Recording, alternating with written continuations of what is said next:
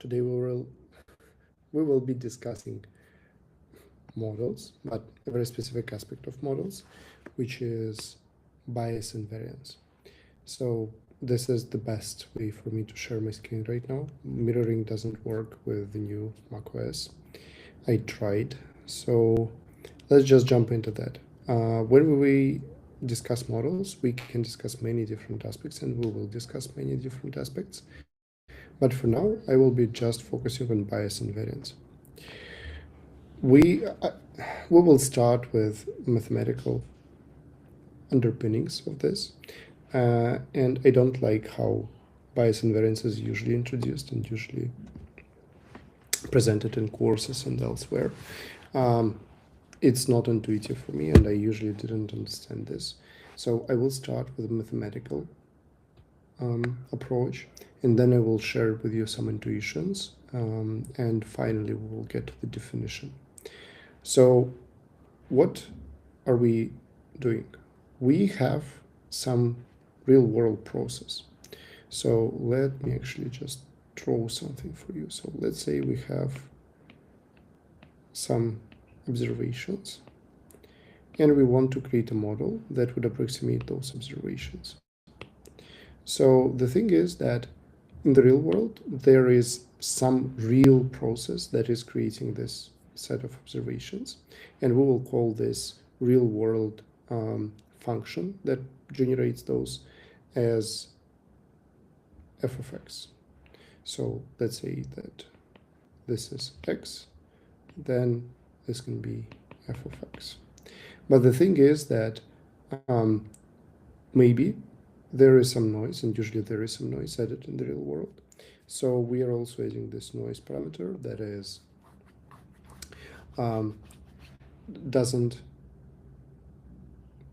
is not related with the training set and has the other parameters, like it's zero, the expectation of this is zero, and we have some defined variance for that, but that will be important later.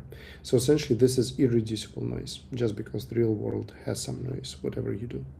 So now the main idea here is actually this. So let's just try and approximate this function. You can see that it's kind of like a line, right?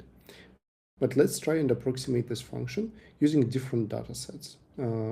So let's say we have the data set as this, or we have a data set as this, or we have this as a data set, or something like this. So all of those data sets will be approximating different models that different functions that we build as like a modeling representation.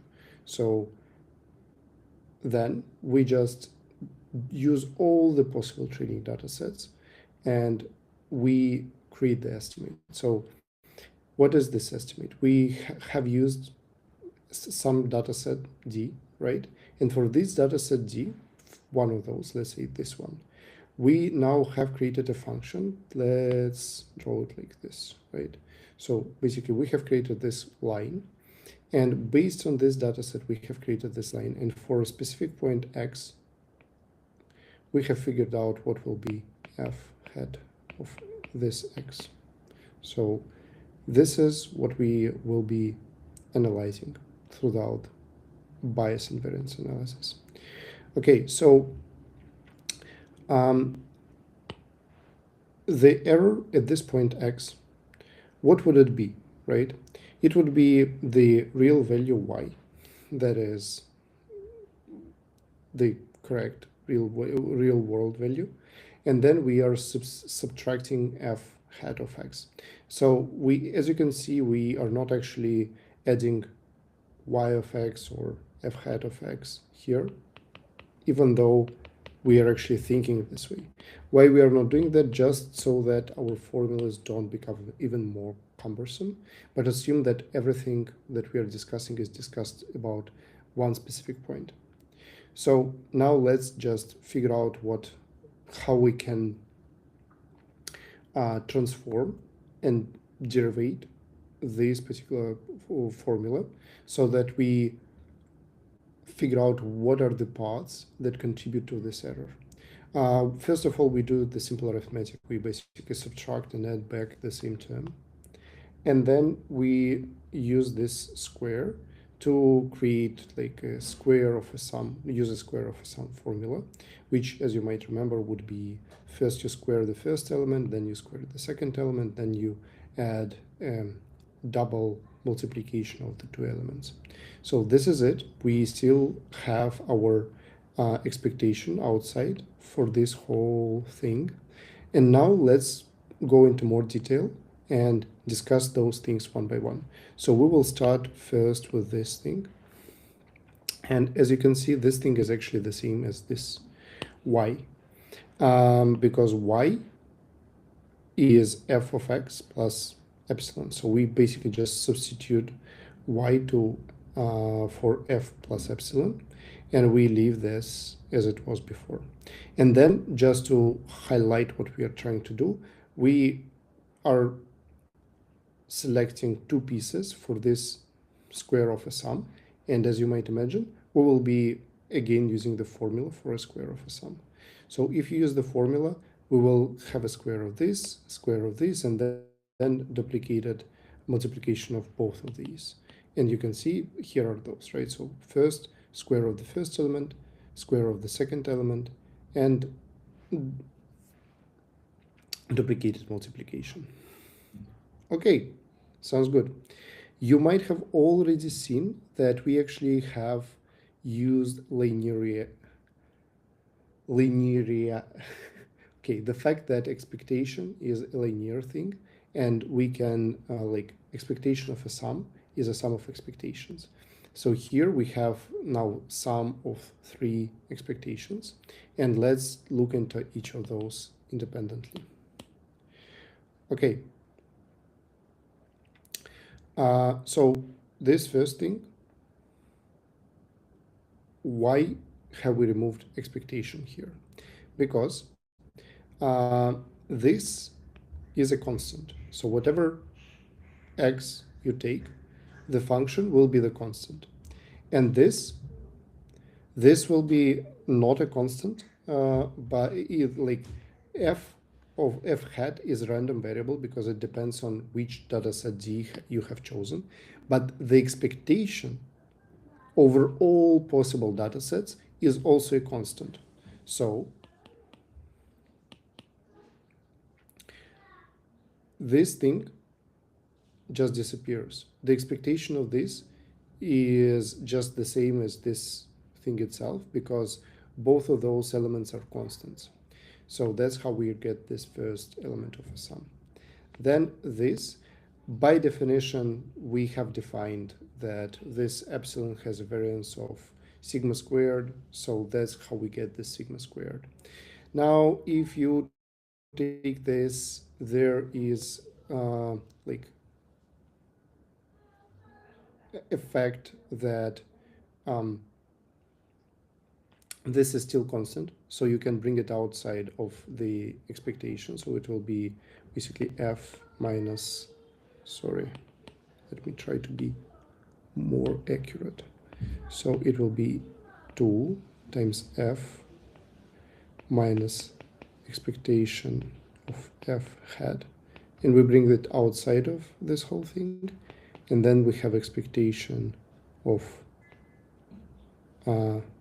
epsilon, and because of that this is constant, that's why we can bring it out of the expectation, and this is 0, just according to our definition for what is this irreducible noise. So the expectation of irreducible noise is 0.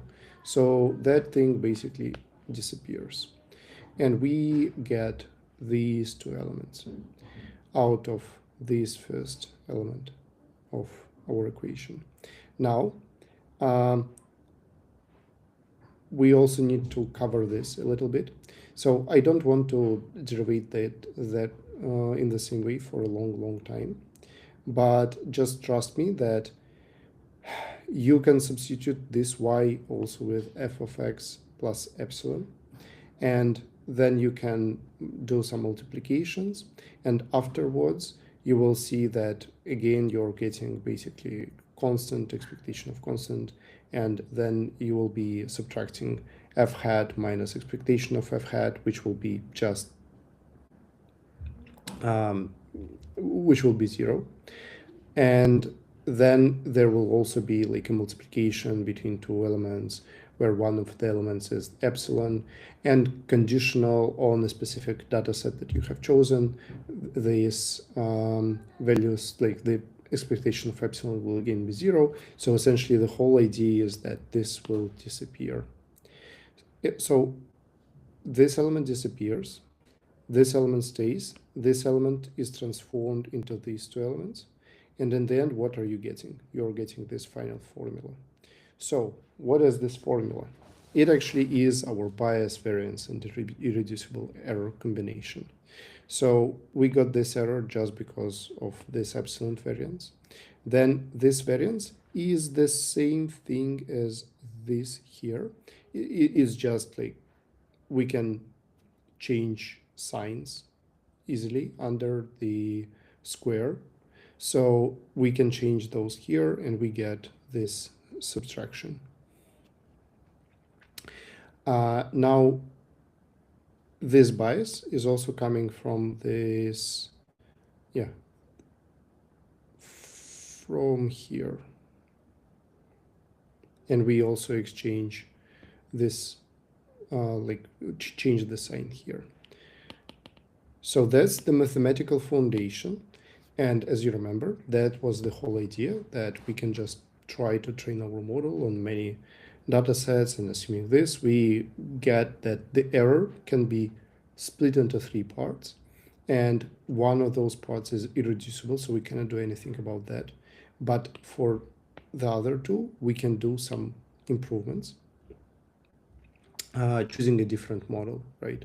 So we have a data set and we are applying a specific model and we get a specific result.